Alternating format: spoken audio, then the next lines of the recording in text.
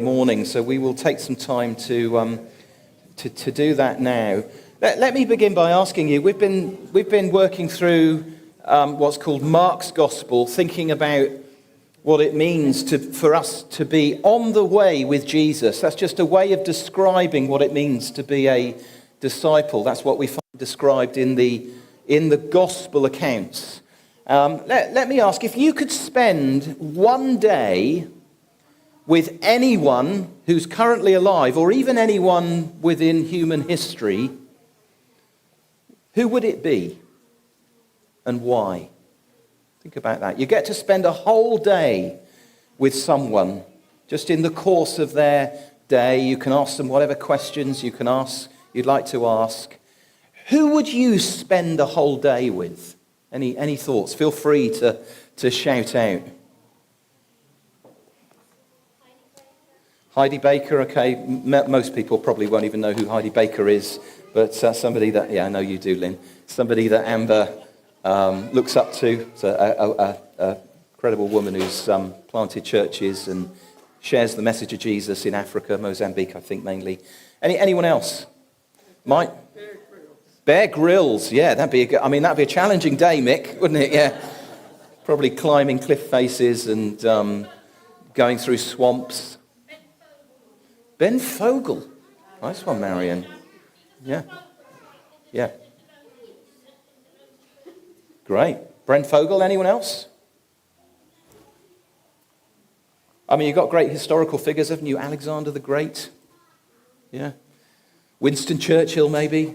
There's all sorts of people you think, wow, what would it be like just to spend a whole day just picking their brains, just asking my questions, getting to know them? Well, the gospel accounts, Matthew, Mark, Luke, and John, are the description of how 12 what are called apostles or disciples and a wider group around them, because it wasn't just the 12, they get to not just spend a whole day with Jesus, but they get to spend about 3 years of walking daily with Jesus.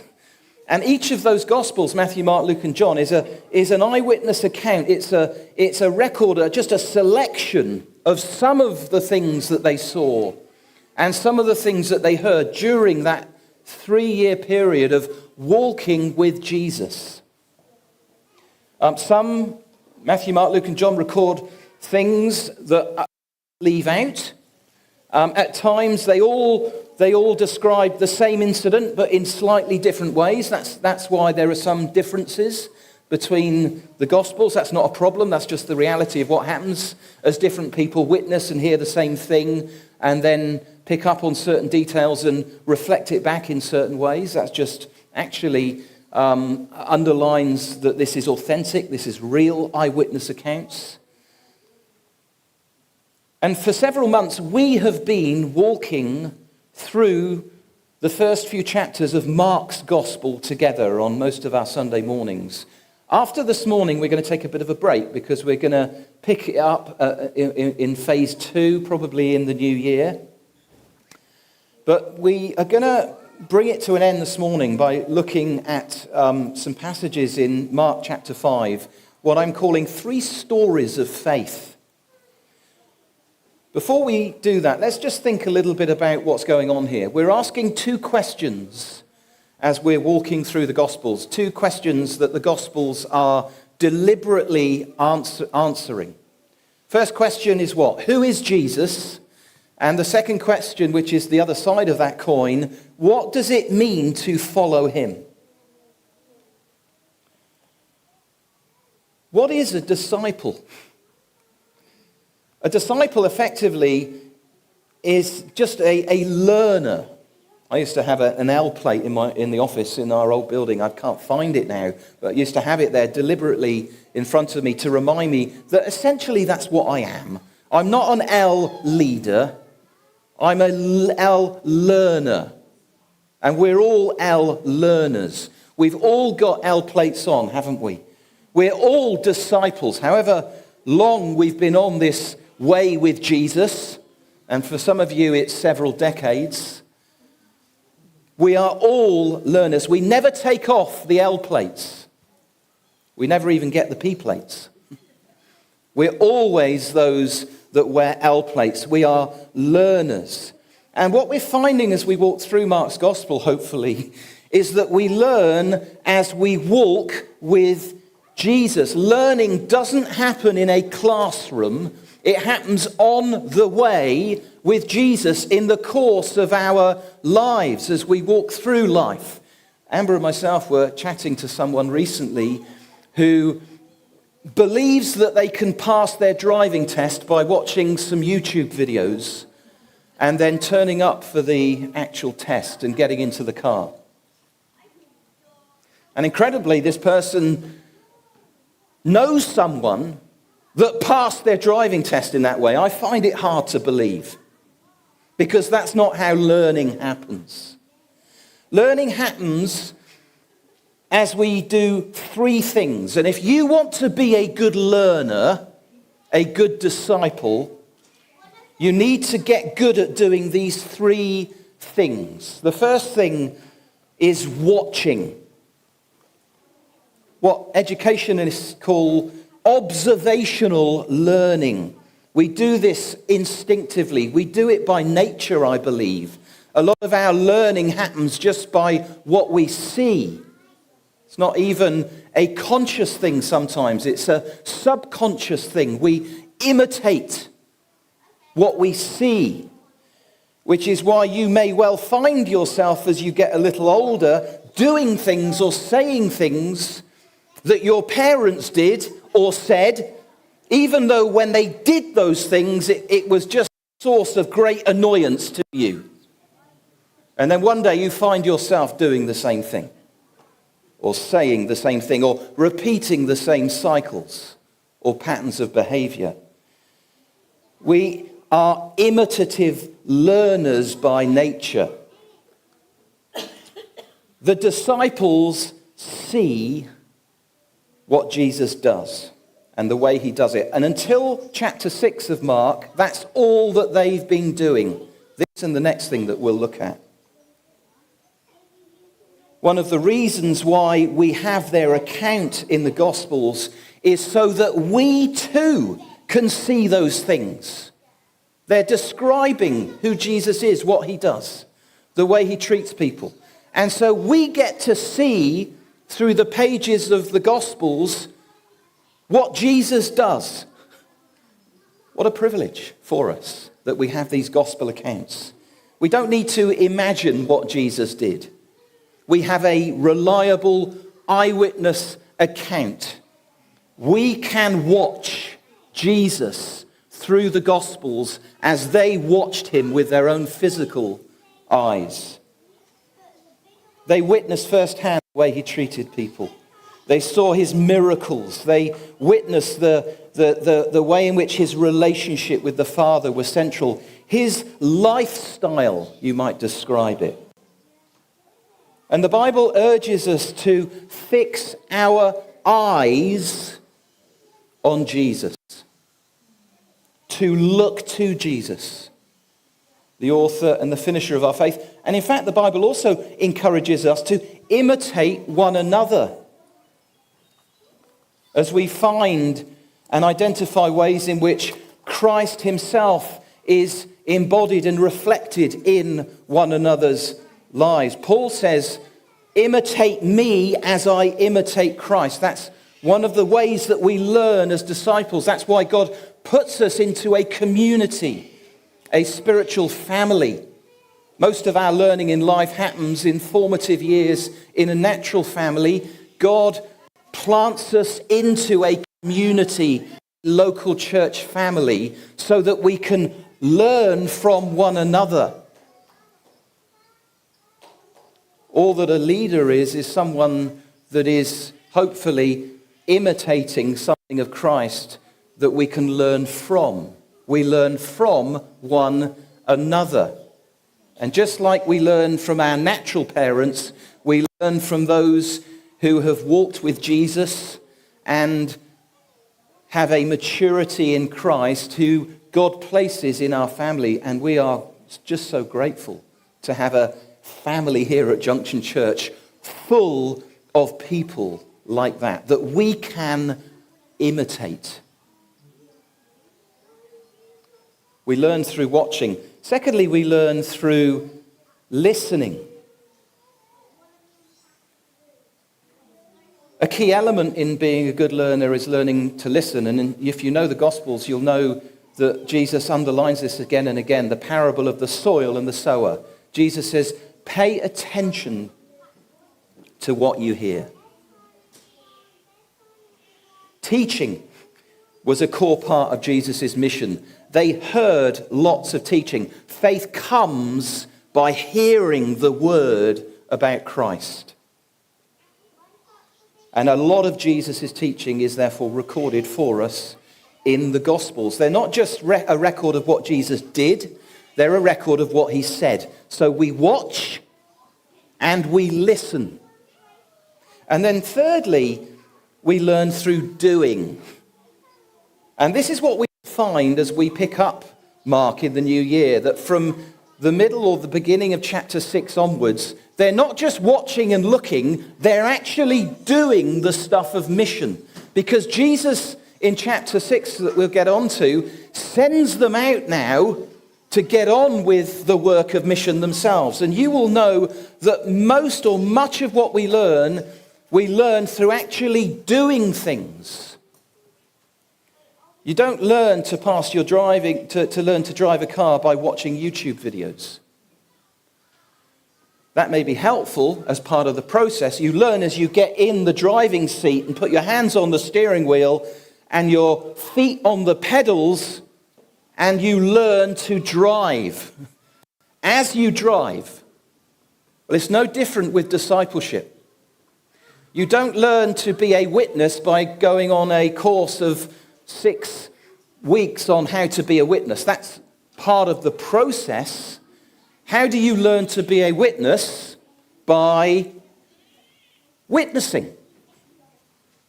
You learn to be a leader to some degree by leading and working through all the challenges and experiences that are involved in that role.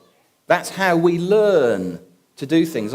During my sabbatical a couple of years ago, learnt how to swim front crawl. I'd never done that. I'm a really rubbish swimmer. But I thought, I'm going to do that. Swimming was one of the few things I could do at the time.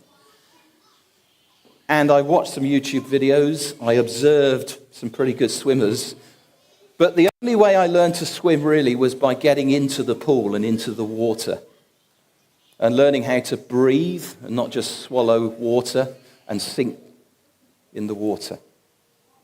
Well, we learn to be disciples by doing discipleship. We learn what it means to be missionaries by doing mission. I don't know what you were like at school in the chemistry lessons, whether you enjoyed learning by rote periodic tables. Anyone remember the periodic table in the chemistry lesson? I think most kids loved the experiments. Did you like that? You know, when the chemistry teacher said, okay, today we're going to do an experiment. Get your Bunsen burners out. Get your test tubes out. Here you are. Here's some potassium permanganate.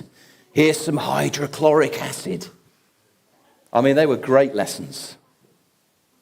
We learn through experimenting, through doing mission, through dealing with people. We learn in life what it means to be a disciple by tackling situations, by experiencing suffering. And the biggest lessons we learn are not those that we learn in a book, they are those that we learn through our experiences. So, what does it mean to be a learner? How do we learn? We watch, we listen, and we do. So with that in mind, let's read our passage this morning. And I just want to pick up a few little points on faith, because we're going to look at what are three faith stories. Matthew 5, verse 22. So let's watch together. Let's listen together. And let's go and do on the back of what we've learned this morning. Verse 21, and when Jesus had crossed again in the boat to the other side, a great crowd gathered about him, and he was beside the sea. And then came one of the rulers of the synagogue, Jairus by name, and seeing him, he fell at his feet and implored him earnestly, saying, my little daughter is at the point of death. Come and lay your hands on her, so that she may be made well and live. And he went with him. And a great crowd followed him and thronged about him. And there was a woman who had a discharge of blood for 12 years, and who had suffered much under many physicians, and had spent all that she had, and was no better, but grew rather worse. She heard the reports about Jesus, and she came up behind him in the crowd, and she touched his garment. For she said, if I touch even his garments, I will be made well. And immediately the flow of blood dried up, and she felt in her body that she was healed of her disease. And Jesus, perceiving in himself that power had gone out from him, immediately turned about in the crowd and said, who touched my garments? And his disciples said to him, you see the crowd pressing around you, and yet you say, who touched me? And he looked around to see who had done it.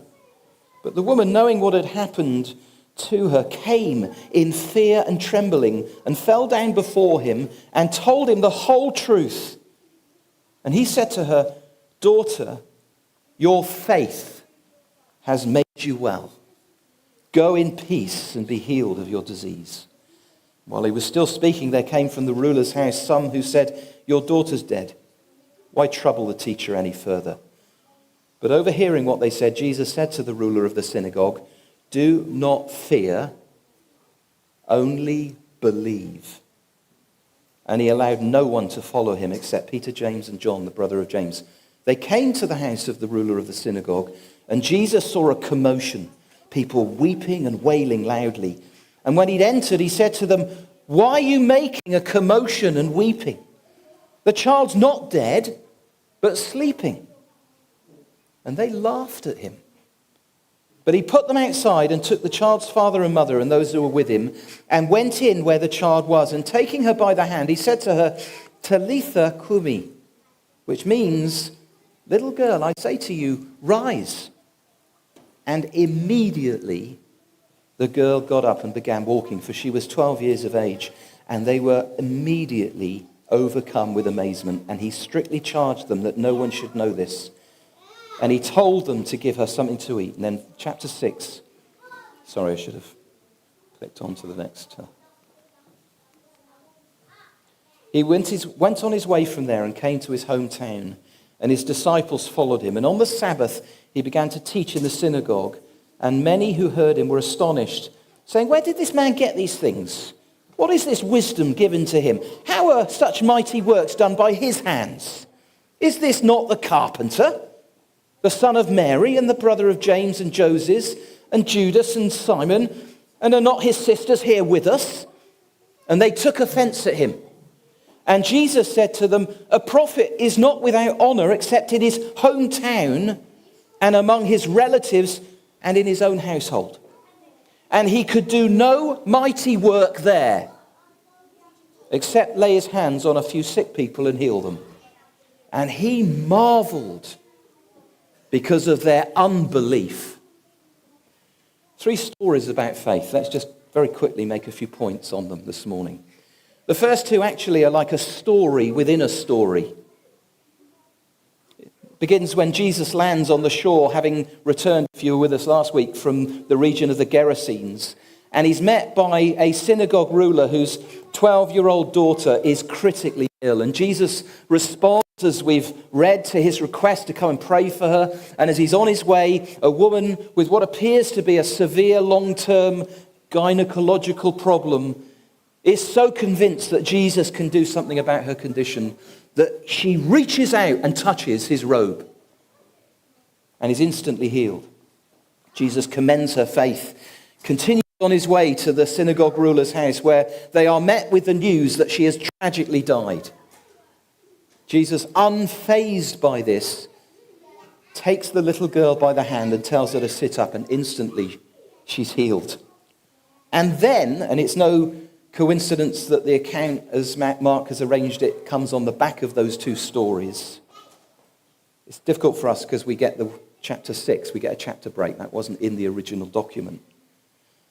He then travels to his hometown of Nazareth, where he is not well received, to say the least. They take offense at him, and he is unable to do any significant miracles there because of their amazing lack of faith, their unbelief. 3 faith stories. What do we learn from these faith stories about faith? First thing that we learn this morning, as we watch, as we listen, is that faith is essential. Say that. Faith is essential. Mark confronts us here in these stories with the essential part that faith plays in the breaking in of God's kingdom. And that's what's happening in these accounts. We looked at that last week. Here it's the faith of Jairus. It's the faith of the woman with the hemorrhage. And in contrast, it's the unbelief of the mourners who laugh at Jesus, and the unbelief of the people in his hometown of Nazareth. We find here what we find all over the Gospels and in the entire message of the Bible, that faith is absolutely indispensable when it comes to approaching Jesus and receiving his kingdom. What we see here demonstrated in a very graphic way is what Scripture teaches us elsewhere, what Hebrews 11 kind of sums up for us. Without faith, it's impossible to please God. See, Jairus comes in faith. He says, Lord, come and lay your hands on her, not so that she maybe gets a little better. No, come and lay your hands on her. It's Jesus' hands that matter, so that she may be made well and live. He's got faith. The woman reaches out and touches his garment by faith. Jesus turns to her and says what? He says, woman, your faith has made you well. Jesus rejects himself the news that Jairus' daughter is dead, and he turns to Jairus and charges him to believe. The mourners laugh at him. But Jesus commands life in faith. And then we have this account of Jesus in his hometown, which is a community that is riddled with unbelief. We'll look at that in a short while.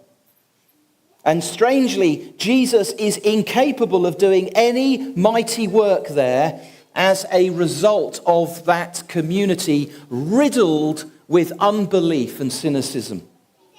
And by the way, we live in a nation that is riddled with unbelief. What runs through these accounts is the crucial part that faith plays. Faith is the deciding factor, you may say, not just here, it's a dominant theme throughout Mark. It's often at the forefront of the narrative accounts here. And the message here is, this is vitally important. Let's watch together. Let's listen to what's being said here. And let's learn. There is something pivotal about the presence or absence of faith that matters. Now, we may not understand how it works. We'll look at that shortly. But we must accept, if we're honest, in our watching and listening, that there is something absolutely essential about the faith and the part that faith plays when it comes to seeing God's kingdom break in. Not just in terms of looking to God for healing, in terms of salvation, in terms of any kingdom advance. So let me ask you first of all, as you watch, as you listen, in what ways is faith an indispensable part of the life that you are living as a disciple? In what ways are you regularly getting out of your boat and trusting Jesus? Not in presumption, but in obedience to his voice and his call on your life as a disciple. Can you think instantly of 3 areas in your life where you are currently having to trust God?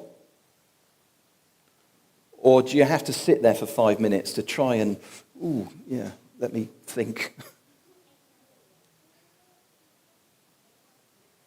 Has faith just become something reserved for those unplanned emergency crisis situations you'll face from time to time? Or is it a daily component of your life as a disciple?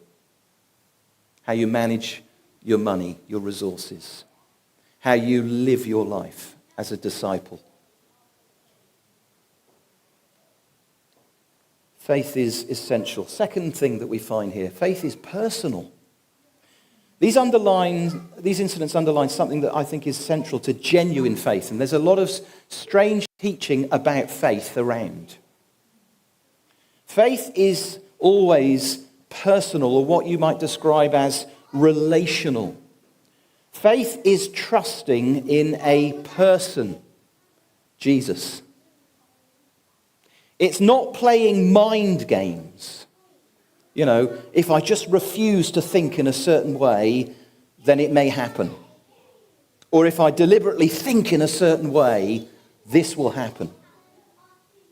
It's not playing mind games. This woman's not playing mind games. Jairus is not playing mind games. He's not at home saying, I believe in Jesus, I believe in Jesus, I believe in Jesus, I believe in Jesus. I reject that thought, I believe in Jesus. He's coming to a person. He's putting his confidence in a person. He's expressing faith in a person. It's personal. It's relational. Not playing mind games, neither is it playing word games. If I just keep saying the right thing, it might happen. And if I avoid saying the wrong thing, and God forbid if I should ever express any doubt, it definitely isn't going to happen. Faith is not playing word games. This woman is not playing word games. She's not like, let me get the formula right. If I say the right words in the right order, it will happen. I'll be healed. No. She's coming to the person of Jesus. She's trusting in the person of Jesus. Now, it's not just if I keep confessing Jehovah Jireh, my overdraft will disappear. Faith is not a spiritual technique which you can learn in the same way you might be able to learn how to write code or crack a cryptic crossword. You can get to the point where, I've cracked that technique of faith. It is a personal trust in who Jesus has revealed himself to be. You see, you won't find a 3-step technique here or anywhere else in the Gospels. What you will find here and elsewhere is a deep confidence in who Jesus is that leads people to risk everything in order to reach out for him in a range of different ways that are often very unique. This is the only account where someone ever gets healed by touching Jesus' cloak. It's not a method, it's not a technique, it's not a formula. In one sense, it's immaterial how her faith is expressed. It's the account, as far as we know, where Jesus takes a dead girl by the hand and says those words, "Get up, little girl." Those words that we have there, those Aramaic words, they're not like a little formula. Let's say those words as we pray for children and they'll get well.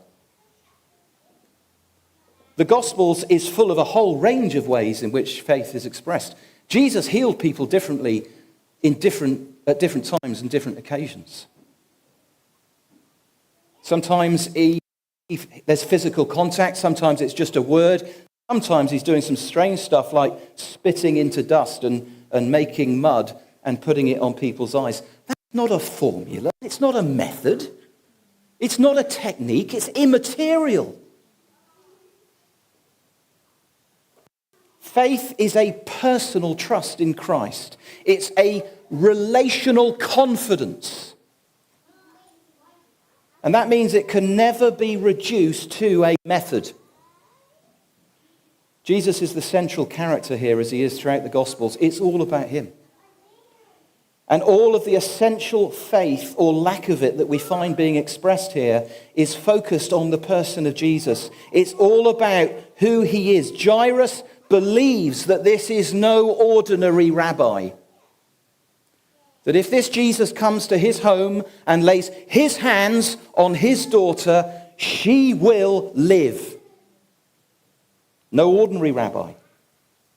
The woman believes that this man can do what the doctors cannot do. She has such a high view of Jesus that she believes if she just even touches the edge of his coat, she'll be healed. In contrast to that, the crowds in his hometown only see the carpenter. They have no faith in who he is.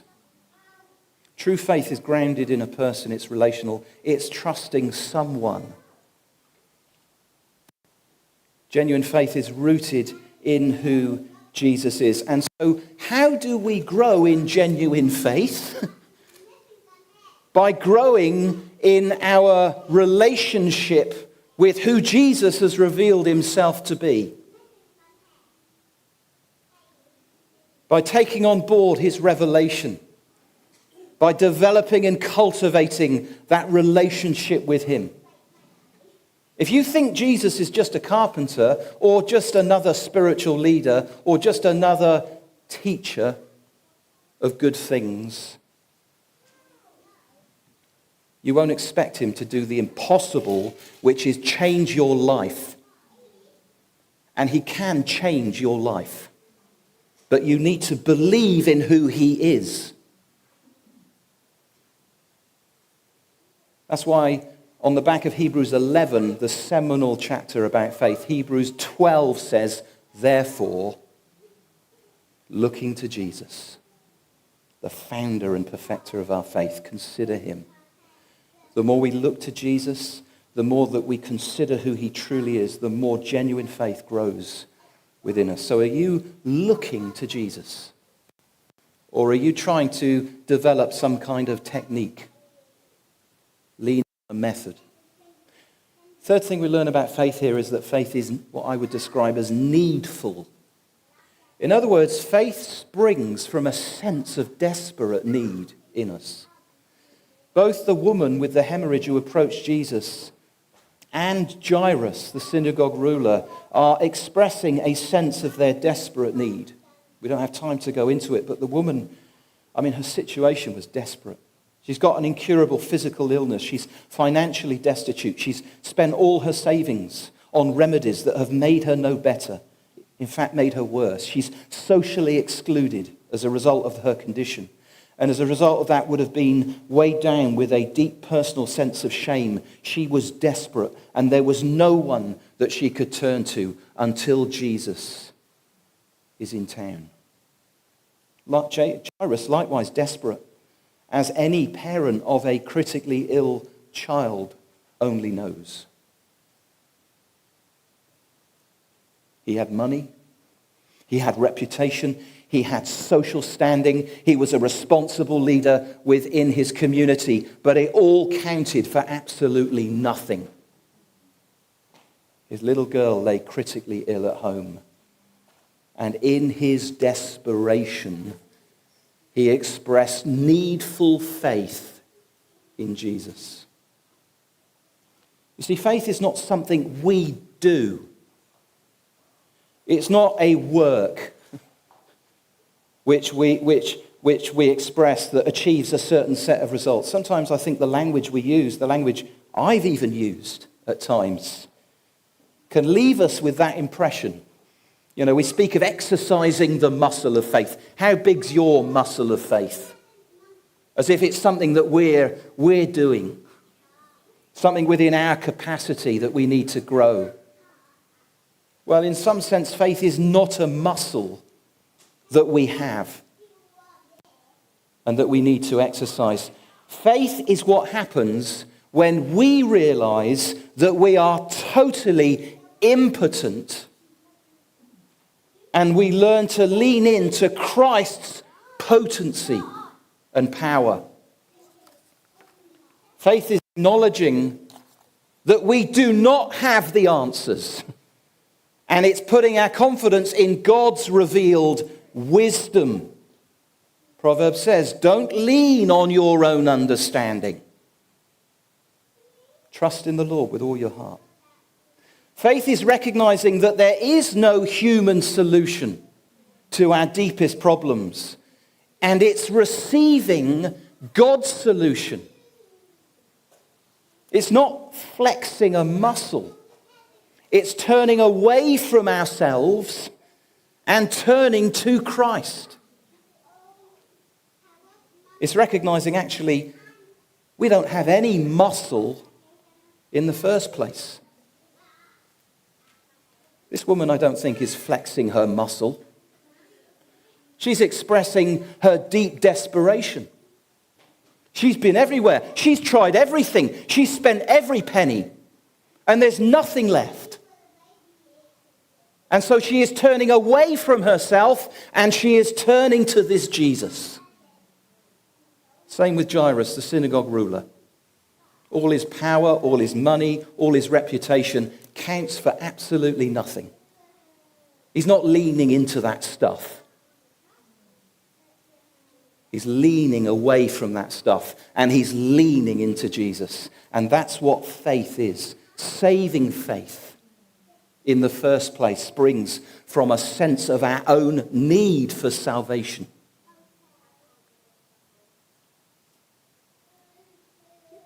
If you're not aware of your desperate condition, you're not ready for God's solution of salvation.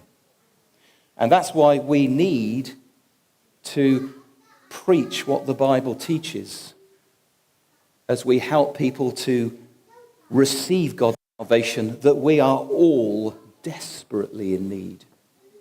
We need to preach what the Bible terms as the reality of sin.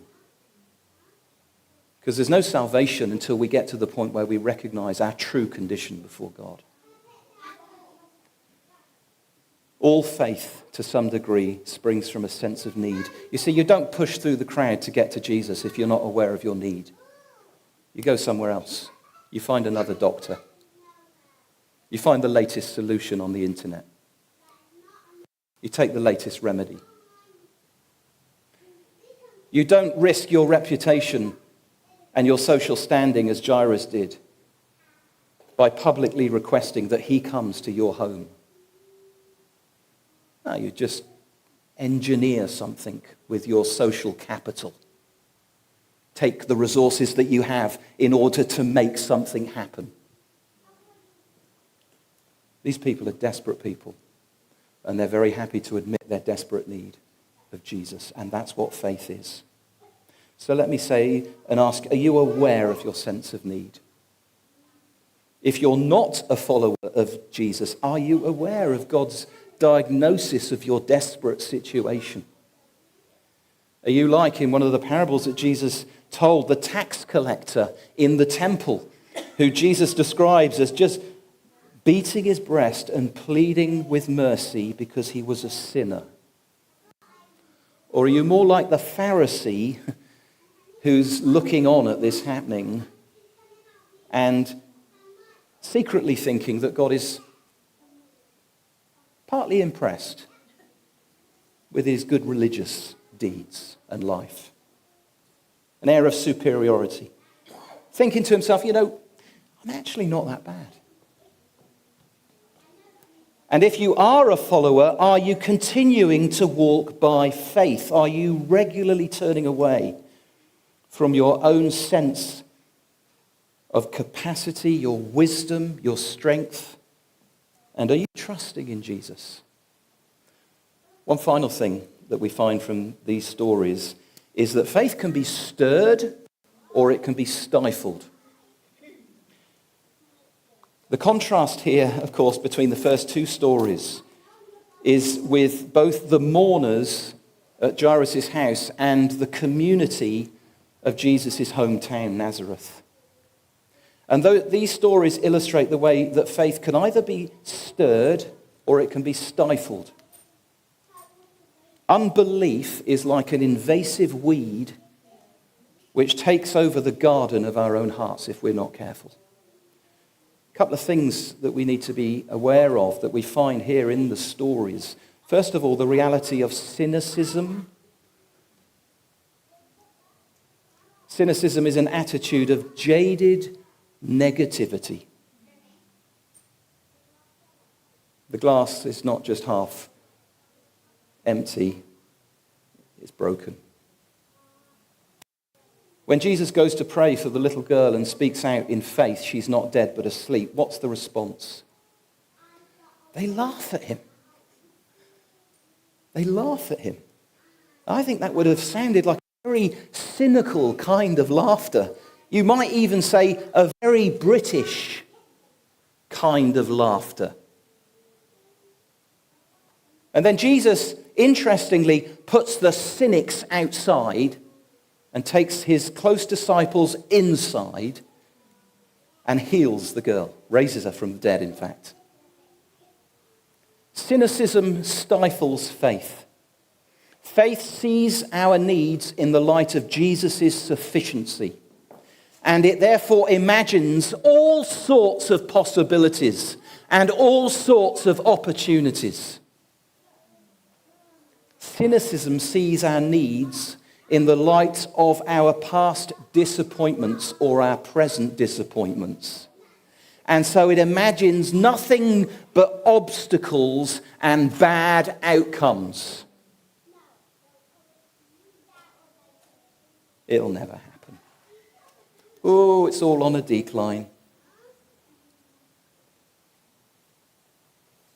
Our challenge as disciples living in a culture that is riddled with unbelief and cynicism, I mean, it's part of our national character, is to be a people marked by faith and hope, who are free from the creeping effects of cynicism.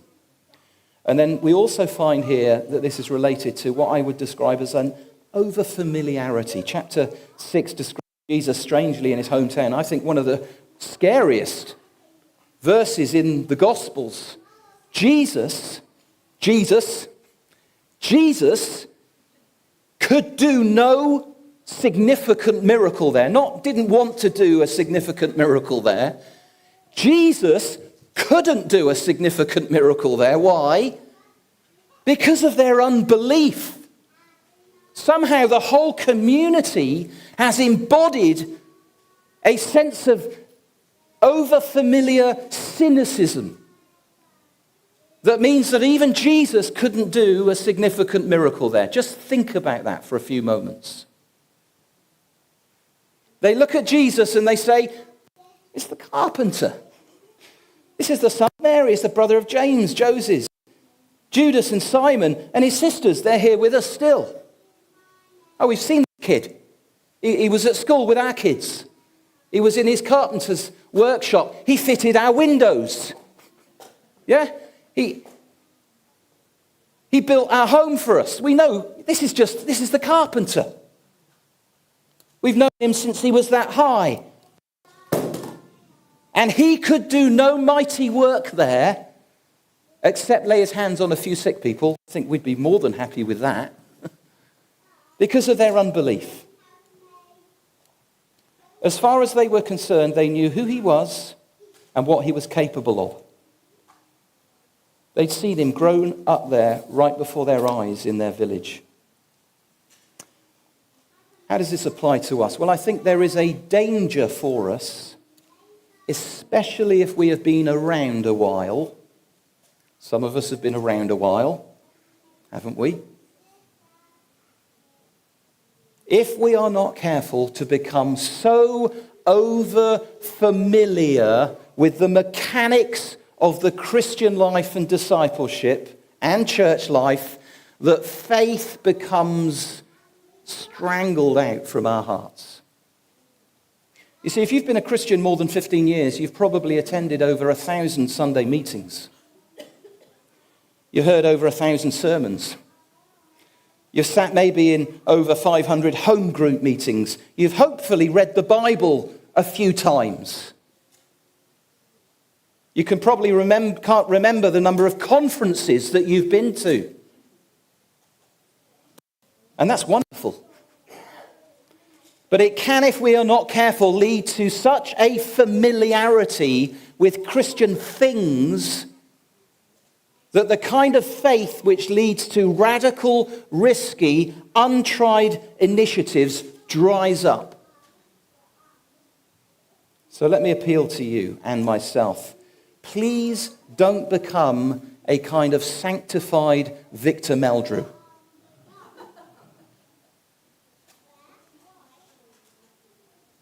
Been there, done that, tried that in the 80s.